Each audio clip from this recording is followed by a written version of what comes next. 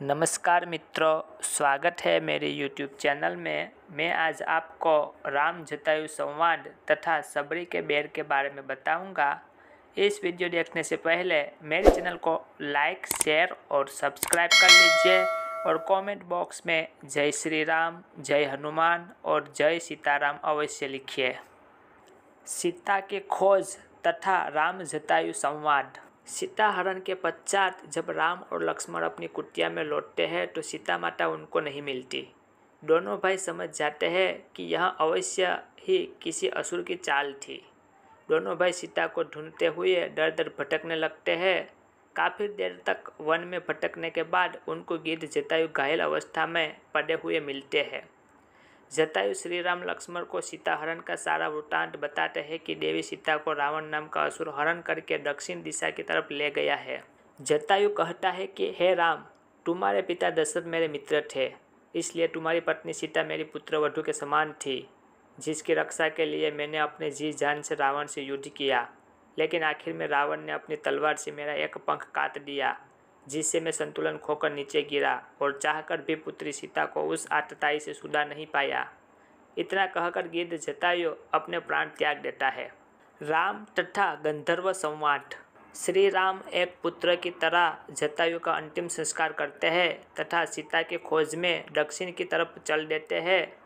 बहुत समय तक वन में भटकते हुए उन पर एक लंबी भुजाओं वाला राक्षस आक्रमण करता है। लक्ष्मण अपनी तलवार से उस राक्षस की दोनों भुजाएं काट देते हैं।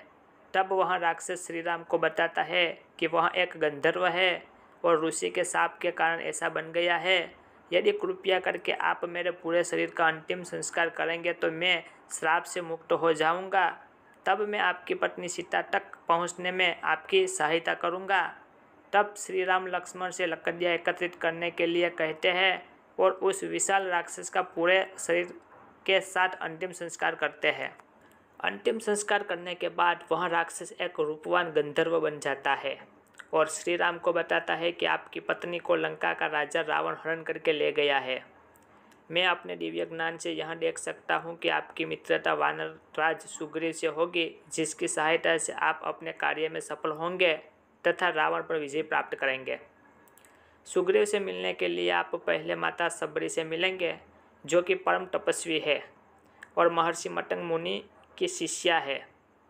वह आपकी भक्ति कर रही है, इसलिए आप अभी पंपा सरोवर के पास स्थित मटंग मुनि के आश्रम में जाइए, जहां पर आपको माता सबरी मिलेंगी।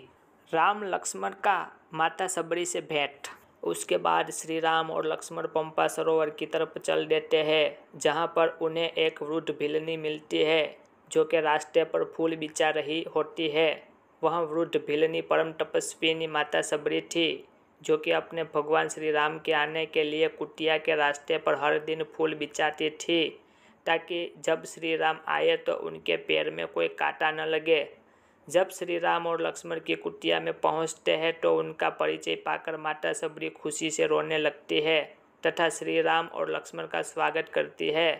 वह उन्हें बताती है कि उनके गुरु श्री मटंग मुनि जी अब नहीं रहे, लेकिन उन्होंने ही मुझे बताया था कि भविष्य में श्री राम अपनी पत्नी सीता को खोजते हुए हमारे आश्रम में आएंगे और तुम उन्हें सुग्रीव तक जाने का मार्ग बता देना, जिनकी सहायता से वह रावण पर विजय प्राप्त करके अपनी पत्नी सीता को पा सकेंगे।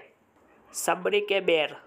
माता सबरी श्री राम और लक्ष्मण को भोजन के रूप में अपने द्वारा लाए गए बेर देती है। सबरी श्री राम के लिए आश्रम के वृक्षों से प्रतिदिन बेर चख चख कर अपनी टोकरी में रखती, ताकि श्री राम के लिए केवल मीठे बेर ला सके। सबरी द्वारा चख कर इकट्ठे किए हुए बेर भी श्री राम बड़े आदर भाव से खाते हैं, क्योंकि वह जानते थे कि वह बेर झूठे होते हुए भी स्नेह और भक्ति भाव से परिपूर्ण है। सबरी मटंग मुनि के बाद केवल इसलिए रही कि वह श्री राम के दर्शन करना चाहती थी।